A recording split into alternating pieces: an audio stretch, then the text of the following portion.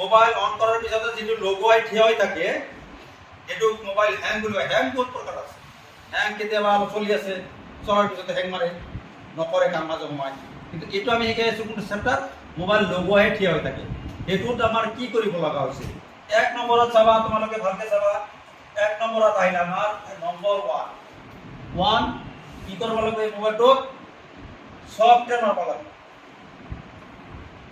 software 2 নম্বরত CPU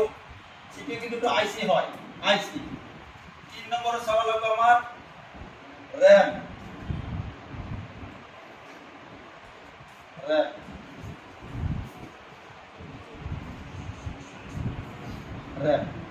4 নম্বর কিন্তু পাওয়ার আইসি যদি current করতে 4 নম্বর পাওয়ার আইসি এই সফটওয়্যার মারার পিছত যদি নহয়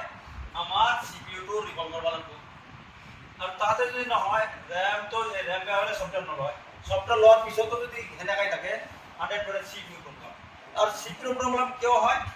এই পাওয়ার আইসির পৰা কিন্তু সকলো সাপ্লাই কৰি আছে লাইন ভোল্টেজ সকলো এই পাওয়াৰ আইসিৰ পৰা সাপ্লাই কৰিছে তো এই পাওয়াৰ আইসিৰ পৰা এলডিও ভোল্টেজ 3.7 না 4.2 এই ভোল্টেজ যদি তাতে যাব পাৰা সিপিইউ তো নানা সেভিও লো ভোল্টেজ যাব তাই লো ভোল্টেজ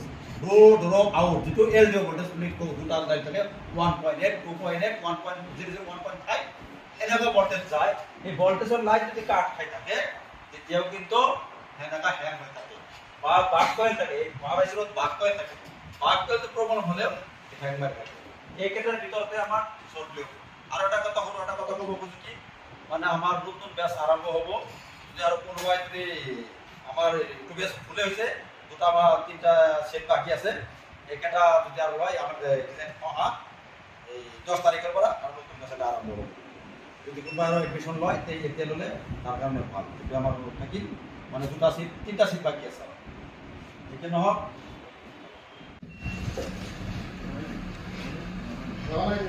এইটো পাছটো চিধা কৰিব লাগিব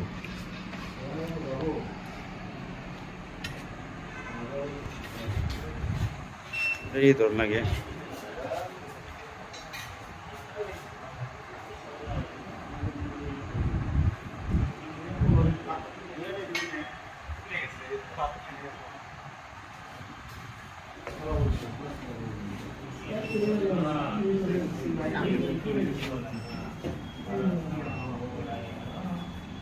উল্টাকে ধরছ টুজার উল্টাকে আমি হিয়াইলাম কি টুজার তো পেল না টুজার উপরে তুলো তো না টুজার উল্টাকে তুলো না টুজার কোন পাশে ধরছ ঠিক আছে যে টুজার টিকি ধরছে বাস এনেকা টুজার ধরবা লাগবো রিভল করবা গেলে টুজার ধরার তো নহব